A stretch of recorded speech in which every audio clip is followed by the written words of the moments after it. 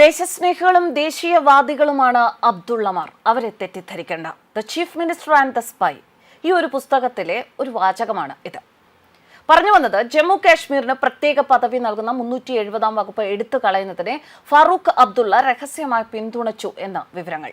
പുതിയ രാഷ്ട്രീയ വിവാദം ഉയർന്നിരിക്കുകയാണ്. മുൻ റോ മേധാവി AS ദുലത്തിന്റെ പുതിയ പുസ്തകത്തിൽ the chief minister and the spy എന്ന പുതിയ പുസ്തകത്തിലാണ് ഇത്തരത്തിലൊരു വിവരം ഉള്ളത്.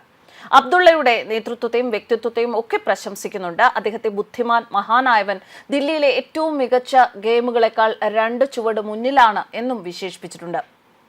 ഫാറൂഖ് അബ്ദുള്ളയും അദ്ദേഹത്തിന്റെ മകനും നിലവിലെ ജമ്മു കാശ്മീർ മുഖ്യമന്ത്രിയുമായ ഒമർ അബ്ദുള്ളയും കേന്ദ്രത്തിന്റെ ചരിത്രപരമായ ഈ ഒരു നീക്കത്തിന് ദിവസങ്ങൾക്ക് മുൻപ് പ്രധാനമന്ത്രി നരേന്ദ്രമോദിയെ ന്യൂഡൽഹിയിലെത്തി കൂടിക്കാഴ്ച നടത്തിയിരുന്നു. എന്നാൽ ബിൽ പാർലമെന്റിൽ അവതരിപ്പിക്കുന്ന അവസാന നിമിഷം വരെ ഇത് പരമരഹസ്യമാക്കി വെച്ചു.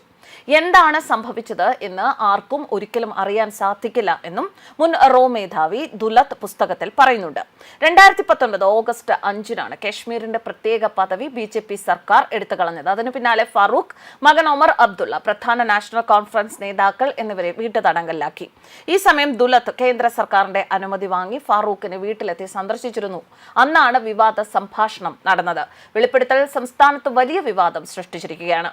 ജമ്മു കാശ്മീരിനെ ഫാറൂഖ് വഞ്ചിച്ചു എന്ന് PDP നേതാവ് ഇൽജിദ മുഫ്തി പറയുന്നു. ഫാറൂഖ് തിരശ്ശീലയ്ക്ക് പിന്നിൽ BJP പിന്തുണച്ചിരുന്നു എന്ന ആരോപണം ശരിയാണ് എന്ന് തെളിഞ്ഞതായി People's Conference president Sajad Lone പറയുന്നു. എന്നാൽ പ്രത്യേക പദവി പിൻവലിച്ചതിനെതിരെ ഫാറൂഖ് നടത്തിയ പ്രവർത്തനങ്ങൾ തന്നെ ഈ ആരോപണം തെറ്റാണെന്ന് തെളിയിക്കുന്നു എന്നാണ് നാഷണൽ കോൺഫറൻസ് വക്താവ് തൻവീർ സാദിഖിന്റെ അഭിപ്രായം.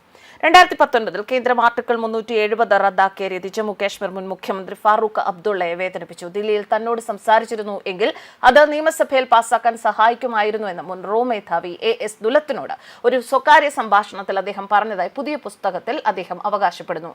2019 ഓഗസ്റ്റ് 5-ന് വീട്ടുതടങ്കലിൽ ആയിരുന്ന അബ്ദുള്ളയുമായി സംസാരിക്കാൻ തീരുമാനിച്ചതിനു ശേഷം ഡൽഹി തന്നെ സമീപിച്ചിരുന്നു എന്നും ദുലത്ത് അവകാശപ്പെടുന്നു. 370 വകുപ്പ് ഉന്നയിക്കരുത് എന്നും മോചിതനായ ശേഷം പാകിസ്ഥാനെ കുറിച്ച് പരാമർശിക്കരുത് എന്നും അബ്ദുള്ളയെ ബോധ്യപ്പെടുത്താനായിരുന്നു ഇത് എന്നും ദുലത്ത് അവകാശപ്പെടുന്നുണ്ട്. പാർലമെന്റിൽ മാത്രമേ സംസാരിക്കാൻ അബ്ദുള്ള സമ്മതിച്ചുള്ളൂ എന്ന് ദുലത്ത് അവകാശപ്പെടുന്നു. 2019 ഓഗസ്റ്റ് 5-ലെ തീരുമാനങ്ങളിലേക്കും അതിന്റെ അനന്തരഫലങ്ങളിലേക്കും നയിച്ച സംഭവങ്ങളെക്കുറിച്ചുള്ള ഒരു അധ്യായത്തിൽ ആർട്ടിക്കിൾ 370 റദ്ദാക്കിയതിനു ശേഷം അബ്ദുള്ളയും ദുലത്തും വീട്ടുതടങ്കലിൽ ആയിരുന്നപ്പോൾ അവർ തമ്മിലുള്ള സംഭാഷണത്തെക്കുറിച്ച് പറയുന്നുണ്ട്. ഒരു പക്ഷേ അദ്ദേഹം പറഞ്ഞു, നാഷണൽ കോൺഫറൻസിന് ജമ്മു കാശ്മീർ നിയമസഭയിൽ പോലും ഈ നിർദ്ദേശം പാസാക്കാമായിരുന്നു, ഞങ്ങൾ സഹായിക്കുമായിരുന്നു. 2020 ഞാൻ അദ്ദേഹത്തെ കണ്ടപ്പോൾ അദ്ദേഹം എന്നോട് പറഞ്ഞു, എന്തുകൊണ്ടാണ് ഞങ്ങളെ വിശ്വാസത്തിൽ എടുത്തില്ല.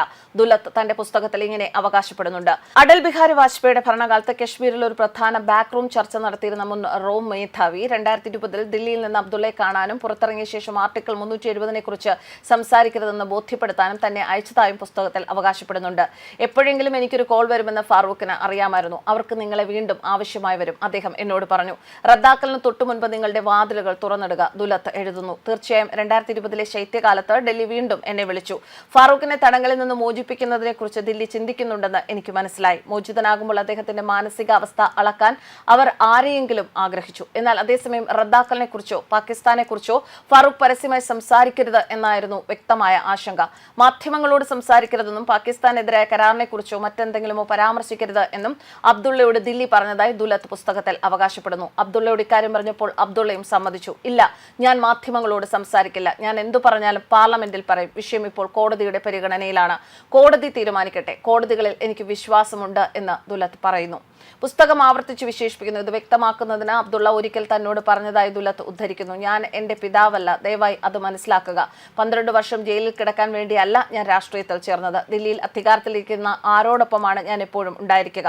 90കളിൽ കാശ്മീരിലെ ജനങ്ങൾ തന്നെ ദില്ലിയുടെ ഒരു പിശാചായിട്ടാണ് കണ്ടിരുന്നത് എന്ന് അബ്ദുള്ളയ്ക്ക് നന്നായി അറിയാമായിരുന്നുവെന്നും പുസ്തകം പറയുന്നു. 1996 ജമ്മു കാശ്മീരിൽ നാഷണൽ കോൺഫറൻസ് പാർട്ടി വൻ വിജയം നേടിയപ്പോൾ മന്ത്രിസഭയും ഉദ്യോഗസ്ഥരെയും തിരഞ്ഞെടുക്കുന്നതിന് അബ്ദുള്ള തന്നെ ആശ്രയിച്ചിരുന്നുവെന്നും ദുലത്ത് അവകാശപ്പെടുന്നു. അന്ന് മന്ത്രിസഭാ രൂപീകരണത്തിന് പോലും അദ്ദേഹം എന്റെ ഉപദേശം ആശ്രയിച്ചിരുന്നു. ആഭ്യന്തര സെക്രട്ടറി K പത്മനാഭയ്യ 2-3 പേരുകൾ അടങ്ങിയ ഒരു സ്ലിപ്പ് അദ്ദേഹത്തിന് നൽകി. സംസ്ഥാനത്തിന്റെ പുതിയ ചീഫ് സെക്രട്ടറിയായി ഫാറൂഖിന് ഈ പേരുകൾ അനുയോജ്യമാകുമെന്നും നിർദ്ദേശിച്ചു. എന്തായാലും ഇപ്പോൾ ഈ ഒരു വെളിപ്പെടുത്തൽ, മുൻ റോ മേധാവിയുടെ ഈ ഒരു വെളിപ്പെടുത്തൽ കാശ്മീരിൽ വലിയൊരു ആശങ്ക സൃഷ്ടിച്ചിരിക്കുകയാണ്, വിവാദം സൃഷ്ടിച്ചിരിക്കുകയാണ്. ന്യൂസ് ഡെസ്ക് കർമ്മ ന്യൂസ്.